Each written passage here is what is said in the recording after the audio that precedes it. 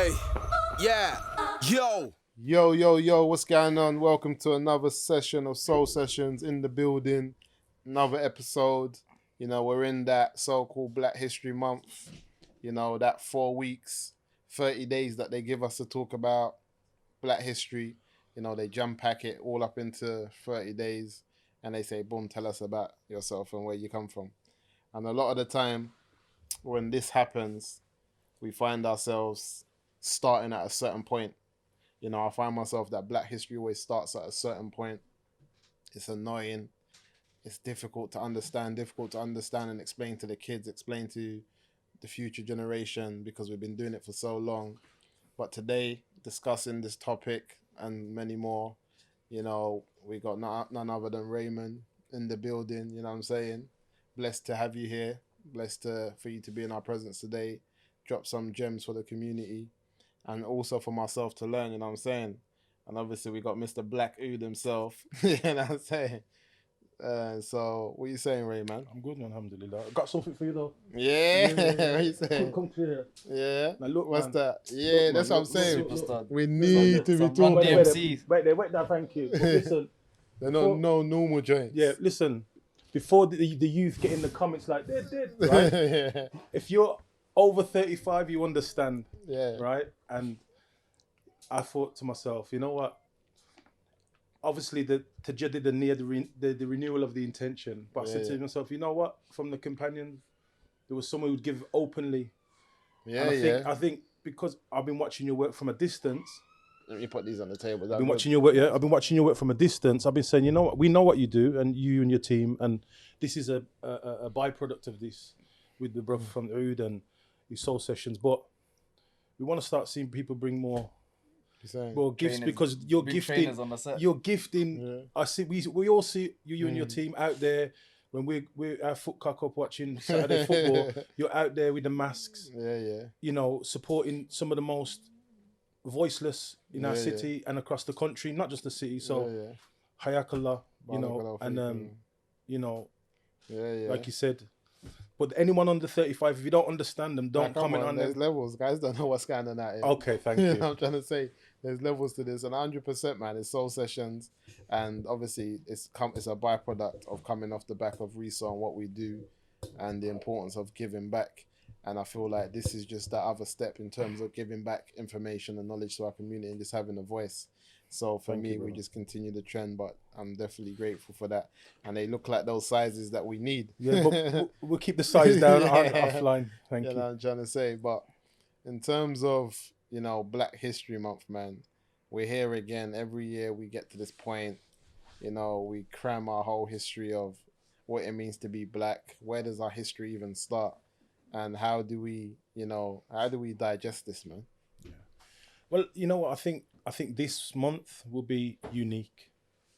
And when I mean unique, not that it's essentially going to be massively different, but I do think it's going to hit home in a different way because of what's happened over the last 4 to 5 months around racial justice. True. And, you know, every September, my phone is like the bat phone, red hot, because people are trying to cram Black History Month into a window so that whether it be schools, prisons, you know, events. And a lot of the time I don't pick up the phone or I don't really respond because, you know, the policy we have. Black History is every month. It's not 1 month a year. However, if people are allies, if people their hearts are open to learn and to listen and to share, then people should embrace Black History Month. However, to quote the famous Jamaican artist poet Muta Baruka, that, you know, slavery is not Black history. Slavery interrupted Black history. So to speak to what you're saying about what frustrates you, I believe what you're saying is, you know, we're tired of the slave films. We're tired of the slave stories. And we're also tired of kind of this deficit model. Of course. So one of the things that we're doing, me and my team, this month, is a thing called Black Future Month.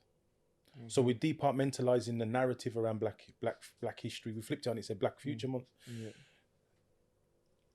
Blackonomics, doing stuff around financial literacy, how important it is for this young generation and those, who are our age as well, to really get a grasp of financial literacy. And mashallah, we're in a place of tijara, of business here. Mashallah. So you're leading by example. But so quite often people will say, Musa Mansa Musa, he was the richest man in history. But they end the story there, Musa. What they don't say is, well, if he was the richest man in history, where did the dough go? And actually, when you read the history, what happened was, because they saw the wealth that he had, because they saw the type of economic power he had, lo and behold, guess who came along and took it? They came for it. Exactly. So it's like the fur coat to the fight.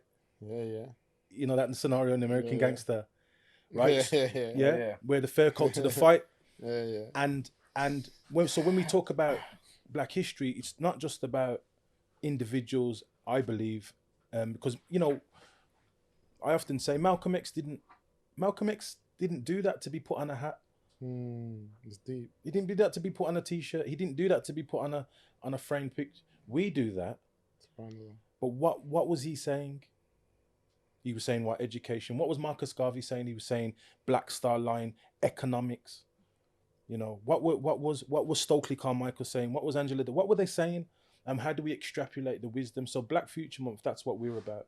And primarily, obviously, it's us as a culture, wherever you are, because our Black culture is not a monolithic culture, it's not one culture. So if you look up between us three here, East Africa, West Africa, Jamaica, we've got so much going on. So it's not monolithic, but where's the intersectionality of our experiences? And that's what, for me, this month is about. And then on the back of what's happened over the last 6 months, where's the learning? Because if you want to talk about Black Lives Matter, firstly, it means housekeeping. 100%. Black Lives Matter starts in your own yard, in your own community, in your own peer group. So the beautiful thing about the whole conversation over the last 6 months, it's made people reflect on themselves. So you can't be talking about Black Lives Matter and then talking about licking down man. Talking about killing niggers. Talking about licking down man. Talking about, all these things. That supports white supremacy. Yeah, of course. 100%. So what this has done for us is made us reflect, and I'm glad we're here, and a lot of the hearts are open, I believe. Yeah, I think so. I think when I'm looking at it, for me, looking at where we've been, 100% 2020 in terms of what's happened in the last 6 months or so, and the amount of deaths that's taking place, especially in America. But I feel like sometimes with all that takes place in America, somehow the UK just gets scot-free. It's like not a lot of maybe there are cases, but they're never brought to the forefront as much. Like the last case I can remember that was really out there, was like Mark Duggan for me. I don't think I can remember another case that brought any type of, riots and or anything to the forefront in terms of some of the struggles that we have or some of the things that we're trying to bring to the light. And I feel like Stephen Lawrence as well. Yeah, that's what I'm saying, but they're far and few apart. So I thought to myself, when we come to a point of educating our children or educating the mass in the future, I feel like a lot of our struggles are always across the ocean, across the pond to America. And then I feel like if you're in America, I think it's a whole different psyche in terms of going to school, knowing that those men lived there and they fought and struggled there. Do you know what I mean? I think it gives you a different type of mindset to say, you know what, let's get up, let's make things happen. I feel like a lot of the time over here, we're just cheerleaders. Even with the Black Lives Matter thing, I feel like people are like, yeah, we need change. And then when you ask them, need change where? They're like, in America, innit? We need things to change in America. And I'm like, so what's happening here? So it's like we're just cheerleading for things going on in America. And it's been like that through our fashion, music, culture, for a long time. But I feel like, what are the issues that we have here that we need to really kind of understand in terms of, some of the deficits in terms of numbers, things that are really affecting us and that we're overlooking. Because a lot of the time people just say like, England's not that racist, man. It's one of the best countries to live in the UK. I mean, in Europe, people will always bring that line. If you go this place, it's mash up over there. Yeah, I mean, there's a lot of conversations happening at the moment. One of the ones is around the National Trust, right? So a lot of the big buildings, mansions, historic buildings, people have started to really, well, hold on, where did that money come from? And then when you're tracing the money, we know where it's come from. But also, if you look at social movements throughout history, you'll never get a social movement that moved the needle except that they had clear leadership, definitive leadership, right? So you have that, it's more visible in the US.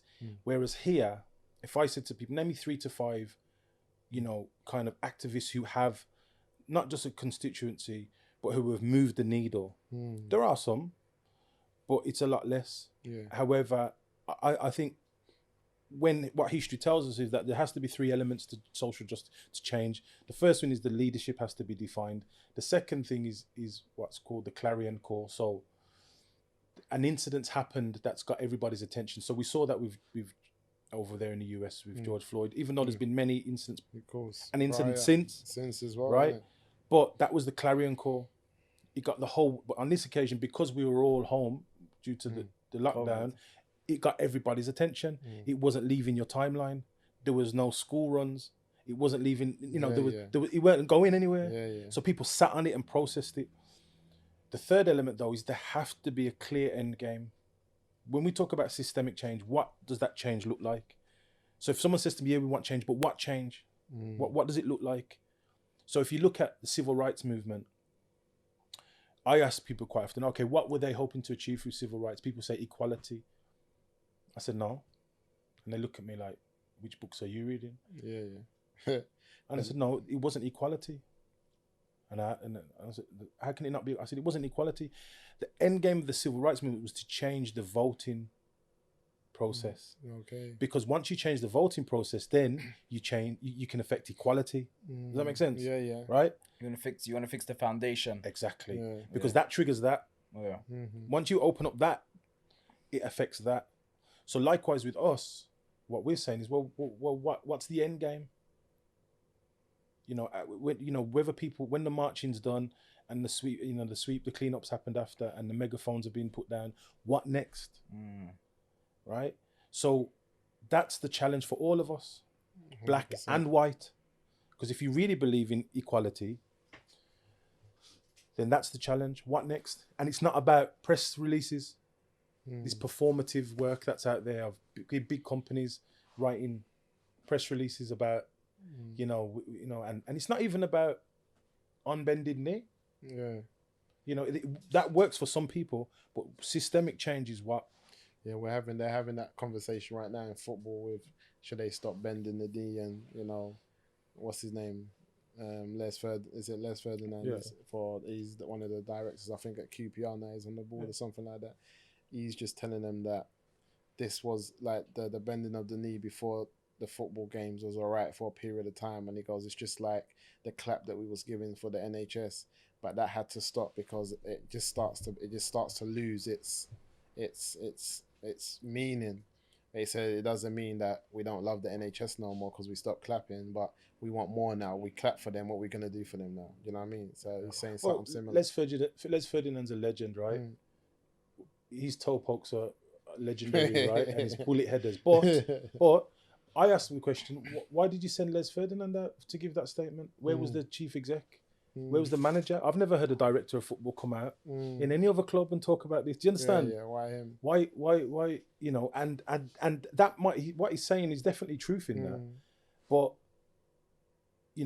ultimately, so, what people are saying are things like the Rooney Rule. You're not familiar with the Rooney Rule? Yeah, the Rooney Rule. Yeah, so in American football, when there's a managerial post available, you have to interview a person of colour for the job. So that's the kind of internally or just externally or anyone that applies. Yeah. Some say that's performative. But we know here, from a football perspective, that the black manager's AGM must be the shortest meeting of all time. Of course. Right. But you definitely see a lot of stuff around punditry. Well, and that's changing, a lot more visibility. But once again, we don't need performative actions. We need systemic change. 100%.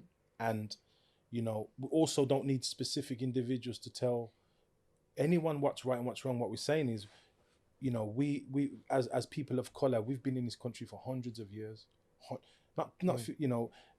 let's go back to my father's generation, the Windrush.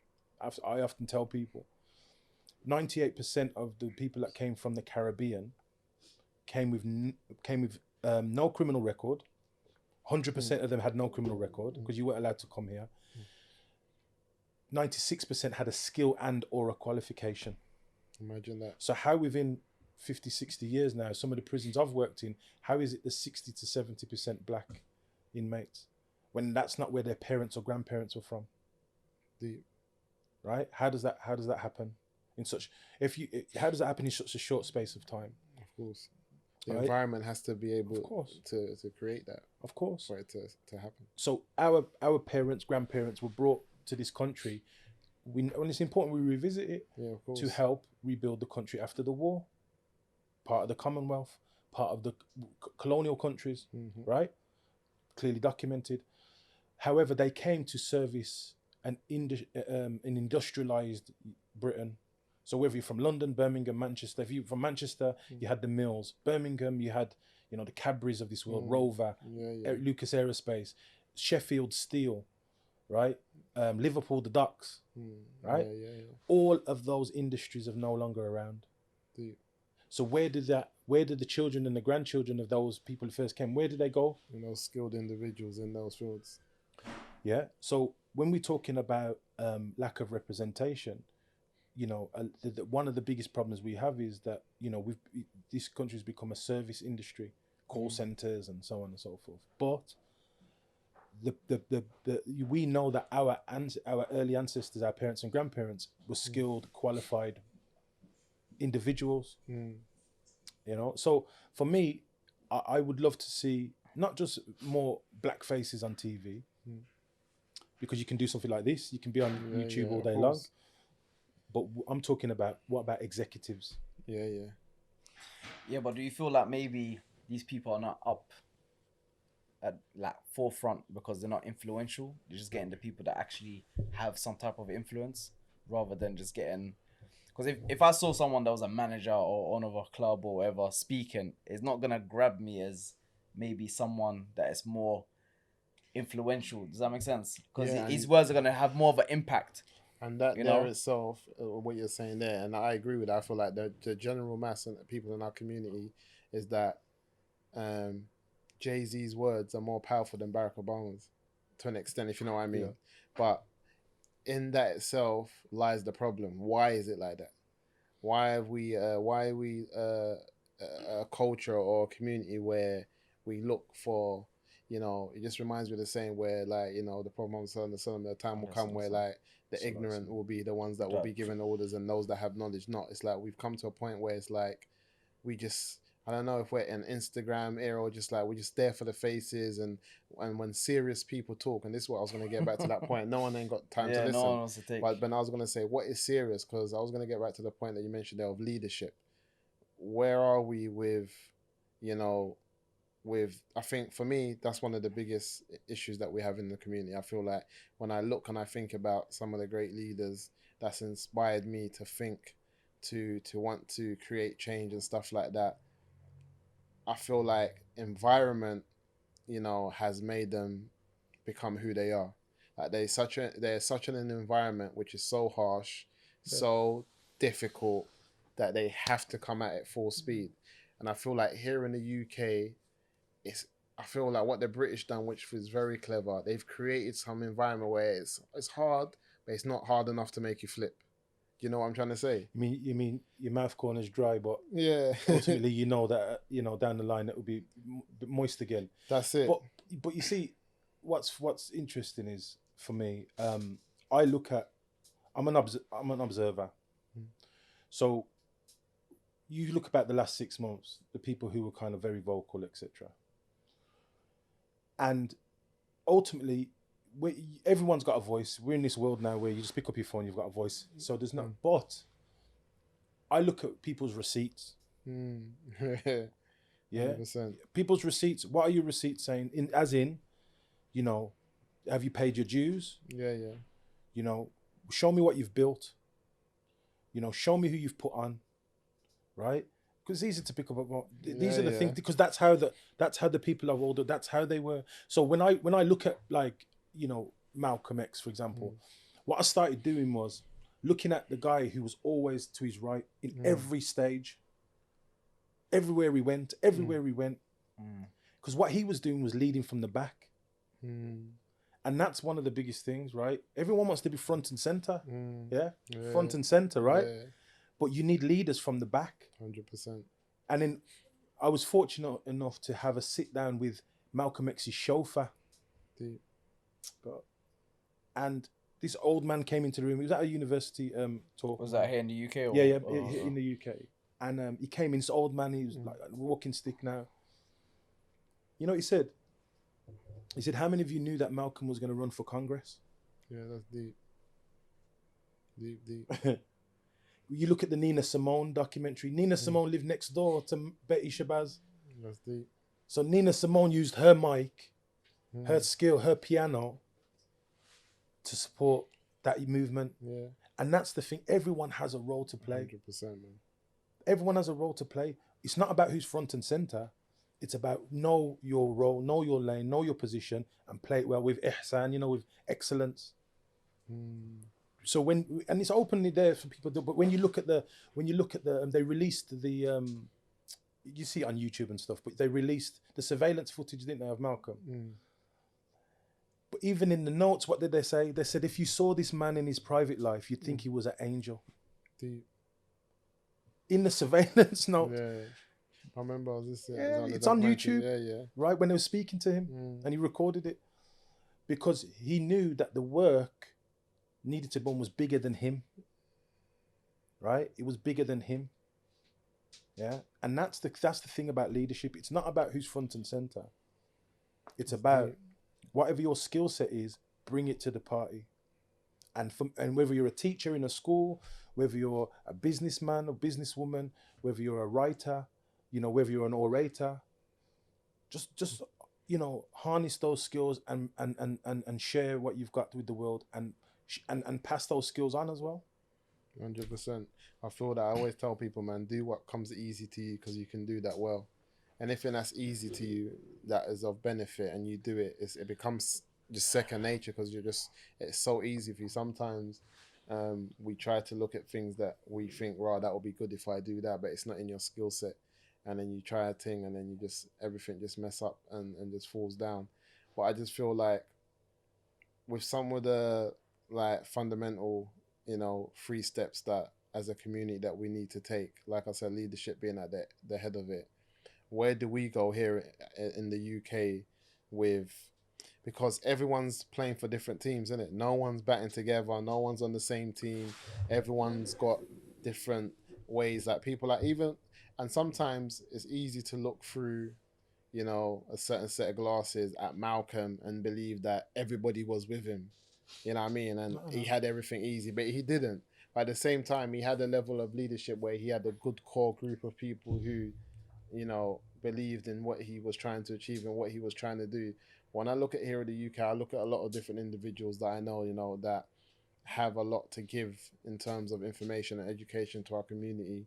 And then we come to the next point of, you know, how do we affect change? Where do we go to? How do we do that? You know what? This might sound very like brass tacks. Read, right? If you haven't got a physical book constantly in your bag or an audio book on your phone or something that you're going through, that's because that's back to speak to what we're talking about there, where, you know, it's kind of just, you know, Malcolm memorized the dictionary. You know how big the dictionary is? It's deep. A to Z. Right? He hived the dictionary. It's deep. Because he was priming himself to debate racists, intellectual racists as well, and a system. Right? So he already knew, and he's memorizing it from prison. Deep. So he already visualized himself back in the world, doing the work. But he knew he had to do some internal work, which we all need to continue to do. So that's my first question. What are we reading and studying? The second thing is, are we attached to our elders or detached? Because you will not see success without the wisdom of the elders. And I'm on about older. I'm not about me. I'm on about above us. Yeah. Because they're the ones who took the truncheons. They're the ones who took the overt racism. They're the ones that used to go into work on the Monday, right? And you know, the racism there was no HR you could complain to. You took it. You know what I mean? There wasn't. You know, no. Look, you speak. When I speak to my father, rahmatullah alayhi, when I used to speak to him about some of his experiences, you know, running battles with teddy boys, you know, overtly, you know, you're getting called a black bastard. Yeah. And I'm not, and I hate not to sugarcoat this for the viewers, but let's get real. Of course. At work, by the foreman. Deep. So now our elders from all communities, Afro-Caribbean, African, Asian, right, Arab, that took that, we now are going to detach ourselves from their wisdom. It's mad. Yeah, it doesn't add up. It doesn't add up. Yeah. I think that's due a light up now, you know, on this. Because, yeah. So, okay, cool. On the same topic in terms of connecting and kind of understanding some of the struggles that the elders went through and how we can benefit from that. Another thing I feel like when we talk about, you know, changing policy and changing issues that take place within the black community, ethnic minority, whatever it may be, specifically talking about the black community, I was listening to something the other day when they said that we're fighting too much battles at once. You know, we fight this battle, we fight, you know, the sexism battle, we're fighting maybe the LGBT battle, we're fighting this. So like, where do we go as a community in terms of being clear on what we're trying to bring around in terms of change? Because sometimes our message and our, you know, call gets kind of mixed up with, what's that word that they put everyone in? All the groups. Like a melting pot. Yeah, there's a word that they call it. BAME, yeah, they put us in the BAME group. Yeah. So being in the BAME group, and I remember that woman, one of the journalists there, she was talking to someone in Parliament talking about what you guys doing for the black community, and he was mentioning the BAME group, and she kept on saying, I'm not asking you about anybody, I'm asking you about specifically about black people. Yeah. So I feel like how do we go around saying, cool, we get your struggle and we get that change has to take place over there for you lot as well, and we get all of that, but we're hearing it. This is where that Black Lives Matter's coming, but does it come in like that? Yeah. I mean, and once again, it's back to the thing about us not being a monolithic culture. From my experience, one of the key areas is education, right? From the key areas of education, not just kind of because there's also, you speak to a lot of black academics who've become doctors and professors, and all that's happened is they've faced another level of racism. Yeah, it's true. It didn't stop. It's just the door got a bit bigger, and there was pedagogy, there was theory behind the racism. So the racism, do you get what I mean? Even, sorry to cut you, I read an article the other day for about a barrister. It was a mixed race barrister. She got but she got mistaken 3 times in a day. They thought she was the defendant. Three times in a day. Security was telling us to go and stand over there. And she's barrister. And she's the barrister. She's coming here to deal with the case. 100%. That's what you're talking about right there, where they just face different. There's a lot of deep, you know? there's a desire from a lot of non-black communities to listen. Definitely, I believe that. However, what can't happen is that it gets put into this kind of unconscious bias space, right? So I didn't mean to be racist. It was an unconscious bias, right? So even from let's do some housekeeping. Someone said to me, one Arab young person said to me, he was talking about his friend, and he says, he said to me, he goes, he's acting like an abd. So he thinks I'm Arab. So when I've pulled him on it, I said he's an abd. I said I'm Asli Jamaican. He went every colour, right?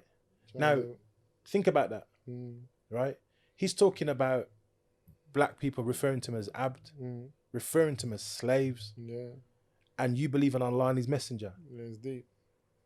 What does that even mean? He's acting like an abd. What does that even mean? Well, exactly that. Exactly that. What does that even mean? Exactly that. So, once again, what I said at the top of the show, Black Lives Matter means we've got to do some housekeeping, right? We can't be talking about killing each other. We can't be promoting that. We can't, no matter what, you cannot, because ultimately it supports white supremacy. And likewise, internally, as people of Tawheed, right, we've got some housekeeping to do about racism. 100%. I was in East London not so long ago and walked into a hair shop, Afro-Caribbean hair shop, and I just saw black staff. I had to call the manager. Shahid, I said, who's the manager? He says in the back. I said, call him. I took a picture with him and made dua for him. I think I remember that. Because 80% of his staff were black, right? And that might seem insignificant to some people, but that's a big move. Of course it's a big move. Right? So, because he's clearly saying... He's recognised. Exactly. He's recognised. If me and you now, Musa, imagine me and Musa opened a falafel and roti junction, right? Yeah. And they walk in to see two black men. They'd be like, nah, there's something ain't right here. Yeah, because it's culture appropriation. Exactly. So people understand that. And for a long time, a lot of people haven't understood it. They felt it's okay. We see the videos of, black people going in shops, maybe they're owned by, whether it's Chinese, whatever, or South Asians, whatever, and they're having arguments. And without a shadow of a doubt, if you come to a hairdresser shop that we know up and down the country, selling black hair products, I'd say 90% of them are owned by South Asians, right? Yeah, cool. And none of them buy anything from there. The South Asians don't shop in them shops. Yeah. So you'd say like 90% are owned by South Asians, and 90% of the people that shop in there are black, Afro-Caribbean, Afro-African, whatever it may be. So, so right away, you're dealing, for me, and for me it's deep. It just goes without saying, right away, I'm selling a product that's not even for me or for people like me. So I have to be sensitive to the people that I'm selling it to. And when it just becomes business transaction and there's no sensitivity in that, this is where a lot of the problems come from. Because I can't be like a black man, African, selling Chinese food and all my customers are Chinese. No one's coming in there, yeah, bro. No one's going to come in there. No one's coming in there. No. And then if they do come, the Chinese man can't be telling me that's not how you make egg fried rice. And I'm just like, nah, brother, I don't want it. Like, you have to be sensitive. Because sensitive, and also the other thing as well, we can't be saying that other communities, non-black or Asian communities, aren't inclusive. Yet we can see examples in our own communities where you're not. There's no redistribution of wealth. Of course. So at least he's saying like, all right, you know what, I'm gonna employ certain people from that community. Yeah. That's why you gotta respect that. Yeah, and it might seem minor to some people, but once again, you dance a yard before you dance abroad, right? You look at internally what's going on, right? That same example, Abd. That same example, you're sending your kids to university, you're paying for your house on the back of the black community. At 100%. Least you can do is look to employ people from that community, right? And back to the thing about what you mentioned about education. So it's also educating people. Because we've had it for years. Yeah. Bilal was black brother, right? We've had that one. That's the classic one, right? Radiallahu anhu, right? You've had that one, right? Yeah. That's the best one. Like, Bilal's black. Like, that's the only one. Bilal's black. If something happens, how can you say that Bilal was black? And it's like, Lord have mercy. Is that the only people that you know? But you know what? Yeah. But I mean, I'm probably need to ask you this now. I thought, look at the wisdom though of that. How the Prophet ﷺ had him as almost like a right-hand man. So Salah's he's everywhere. He's there. Front and center. Yeah. Not even like, front and center. So he's dealing with it head on, unapologetically. But don't you think that was put there in place so us today could talk about it as a reference? No, they had the problem, but a lot of the problems that we see that in the time of the Prophet Muhammad Sallallahu it was tribalistic, because their issue is, like I told someone before, I see Sri Lanka man that are darker than me, and they're not black as far as they're concerned, because again, it's more a culture or a it's just more a culture thing and a tribe thing. So I people about when we look at the people of the past, their thing was like, you're from Abyssinia, or at least you have one parent from Abyssinia, and we're from Quraysh. Because the thing about Bilal, which is mad, is that his father was from Quraysh, was an Arab. And the thing is that we know that Islamically, you take from the lineage of your father. So whatever your father is, that's what you are. So Bilal was an Arab, if we go with how we take from the lineage of the father. So his mum was from Abyssinia, meaning that she was a non-Arab. And a lot of the people then had issues with that. It was a tribal thing. Our tribe is better than yours. You're a non-Arab, like your mother's a non-Arab. So even when it comes to like one of the things that people like to use a lot, where they said that Abu Dar said to him, you're son of a black woman. Yeah. And that's what it was. It was that, a son, it says something, son of a black woman or something. Sheikh Al-Bani always mentions it as that it was the point that his mum was just from Abyssinia. Not because he was black or he was dark skinned or anything like that. It's just that, and I see that now being, it's just African itself, that we have those same tribal problems. Do you know what I'm trying to say? But I just feel like the problems that we have now, in terms of like what you just mentioned there, when people keep on mentioning Bilal, is that it's the lack of education of even understanding who Bilal was.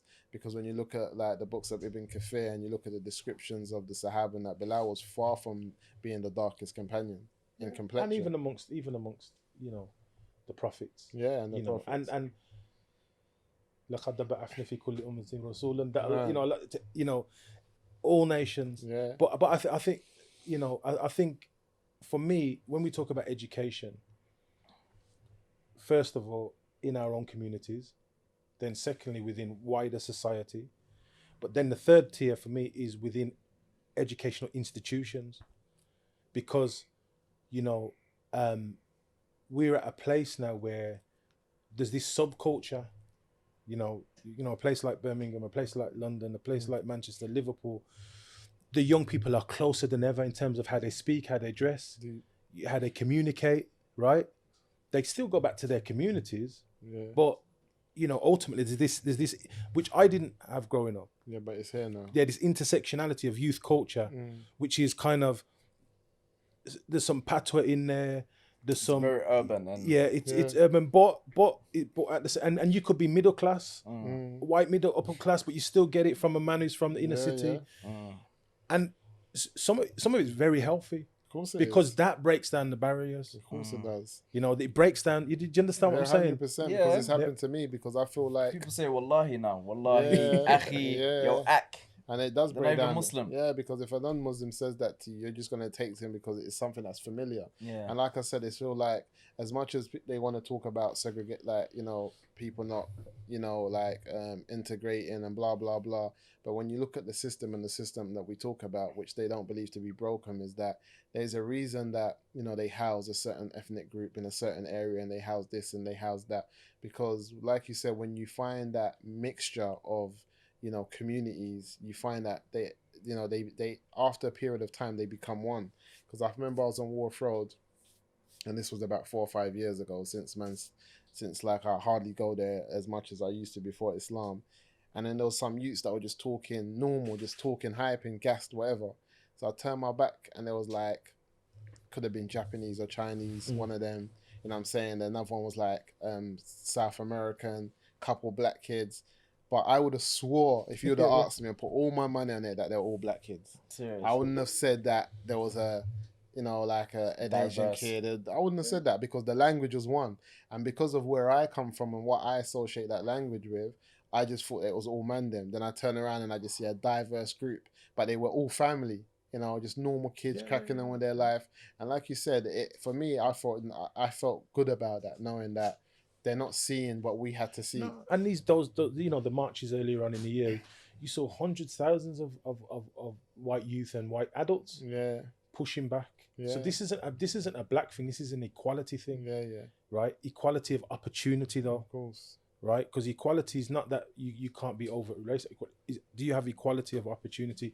One of the programs that we're running this month is around, I mentioned at the start about economics, but also about gender specific, so around the female voice, their experiences, especially black women within the youth, who work in the youth sector, Another one is lived experience. So people who've had lived experience of whether it be mental health, the criminal justice system, you know, exclusions from school, who have now turned it around and become ambassadors and leaders in their community.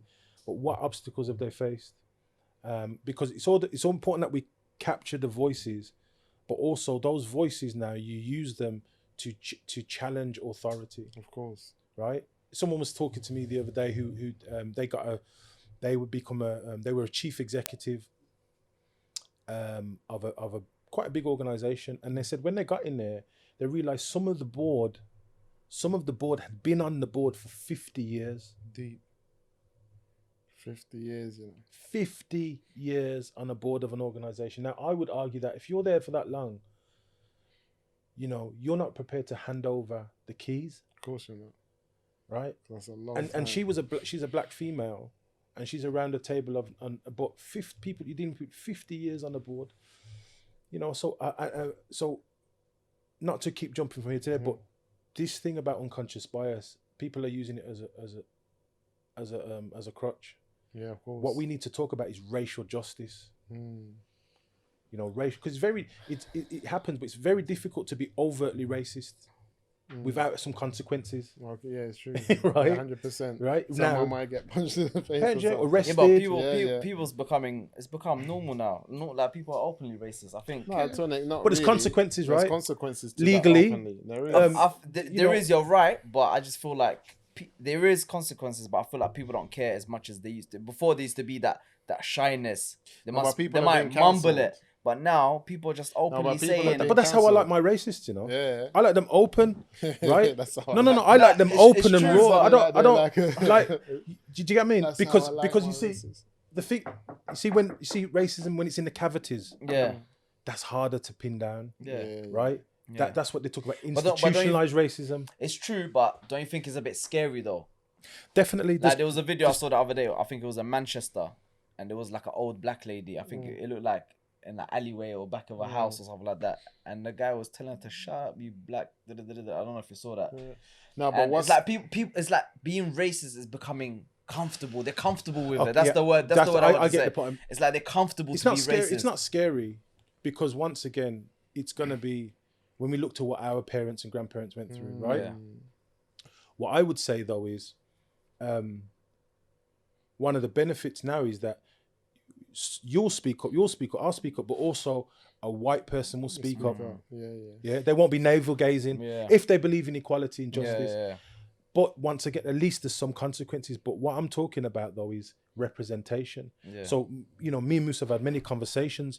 You know, if you do your research about, for example, how many black male primary school teachers are in this country, police officers, right, professors. But do you feel like that's a choice though? How many black men it's want not to a be? choice. None of No, that's no. a What I mean, like, okay, 2 points I wanted to say. The first point was when I was talking about being racist and being scary.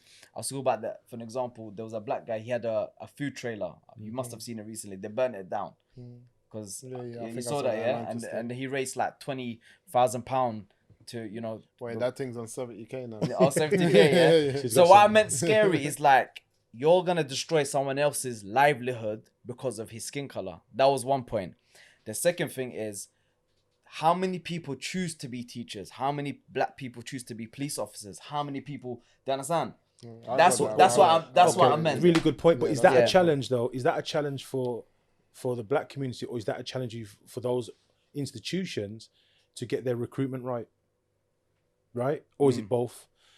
So let me give you an example. Where we North London? Yeah, North. All right, yeah. we're in North London right now, right?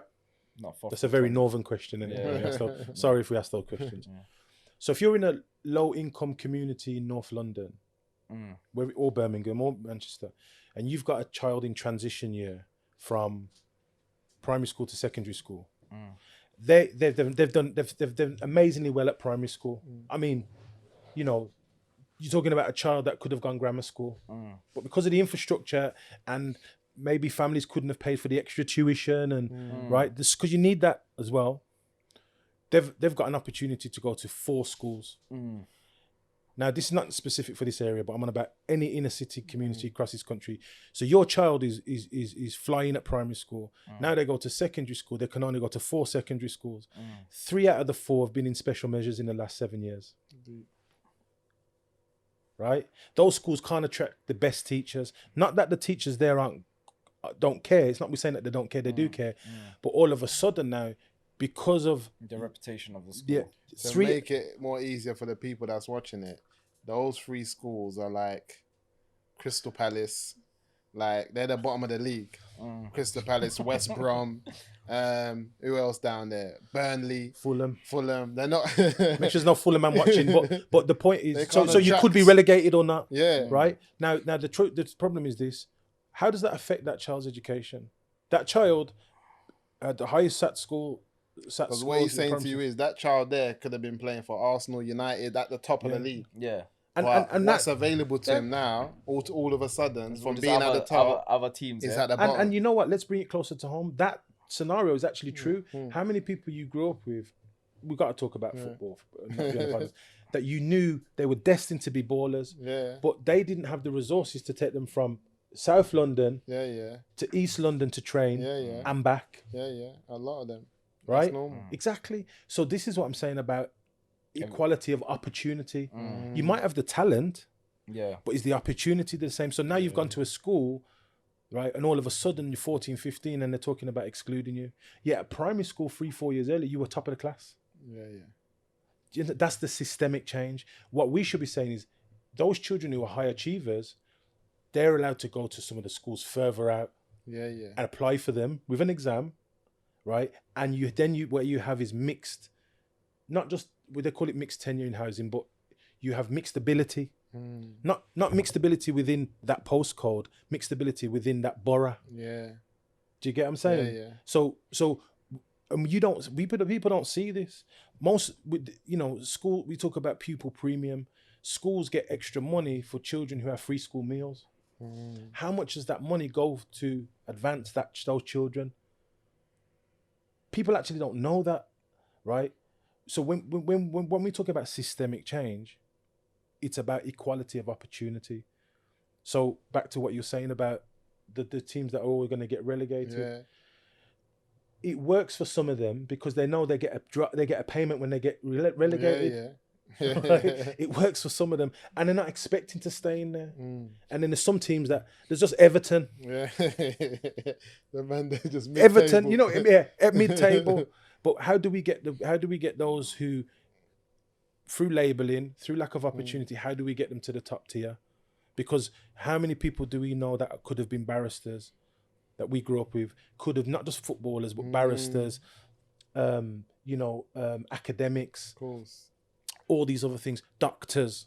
Accountants, everything, man, deal with money different, all of that stuff. Oh, when I was doing a lot of work with some doctors a few years ago, and when you're speaking to them, I said, when did you know you wanted to become a doctor? 11. Indeed. 11. But 12, how many yeah. people in our community, like saying that, how many of our young people do come to us at 11 and 12, some of them, and say, I want to be a doctor, and we just say, psh, we start knocking them off like, doctor, you just buy them the doctor kit, the little baby thing, and just It's you don't take quality them serious. of Yeah, opportunity. And these institutions, that's the challenge for them, not the challenge for us as people of colour. The challenge for them, if you really subscribe to racial justice, you'll go above and beyond to make your company, your organisation, look like the communities you're serving.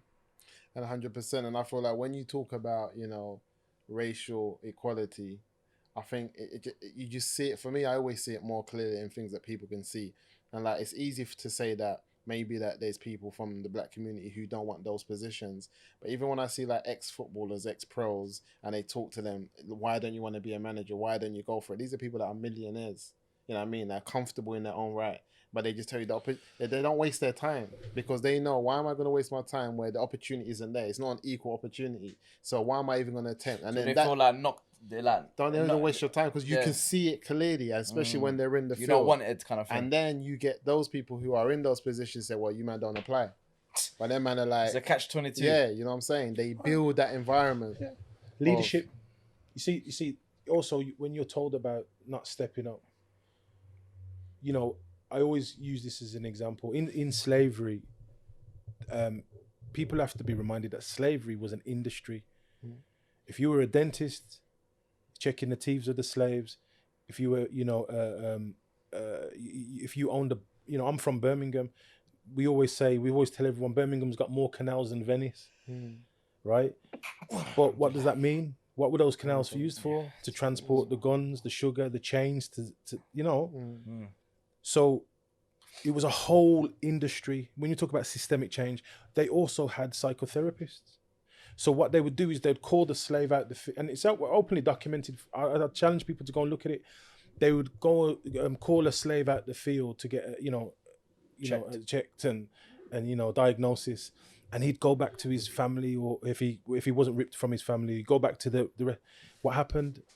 Oh, they've diagnosed me with drapetomania. Really? Drapetomania. Drapetomania, if you look at it, and tell people to watch this, look it up. Drapetomania is that you have the desire to run away as a mental health strand. That is nuts. As a mental health strand. It's called Drapetomania. Yeah, it's hard. I didn't even make up that word. But my thing is that they've taken something which is from your fitra. If you're locked, it doesn't matter who you are. Anyone who's held against his own will wants to escape, wants to leave. But then they tell you that you've been that. But I feel like it was proved as pseudoscience after that it was incorrect. But there's a point in it. But remember what we're saying here, though. It's not only that you had therapists diagnosing that; it was written in the medical books as something you studied. So when you were coming through as a therapist, you'd study that. Well, don't you think? And I believe some people are afraid to run away from the field. Yeah. No, but don't you think that itself is mental health? The person that's telling you got drapetomania, himself is convinced that you're suffering. Yeah, but does that make sense? He's himself convinced that you got this. But like you said, if it's in a textbook, it's like now, and this is some of the arguments. That's what I'm saying. They convinced themselves writing it down. Oh, this actually. Because you all don't know difference. It's like now, if we're getting these textbooks in school, and that's educating us a certain way, whether it's scientifically, medically, whatever, and we're told to go on the premise that this book is factual, and it's been proven, and we teach it, then guess what? Those people who've been taught that are going to teach you that to me that is proven. But that's why it's important to understand what theories are, and you can always. But some theories, but there's also something about visibility. So if you're reading curricula, that you're not represented in, you have a big tradition, Ethiopian tradition. Yeah, people argue it's the center of the world, right? Yeah. Musa, thousands of years of tradition. Yeah. Yet everything you learn is through a Eurocentric lens. Yeah. Think about that. So the Caribbean. My dad's a Maroon, Jamaican. The Maroons were rebels. Darker than my dad. I'm on about Maroon. You talk about Maroon Jamaicans. Yeah, I'm on about the red eyes. Those kind of Jamaican. Yeah, right. And my dad used to say it when he was growing up. Me, I'm Maroon. Right. And until I studied it, and what they weren't having it.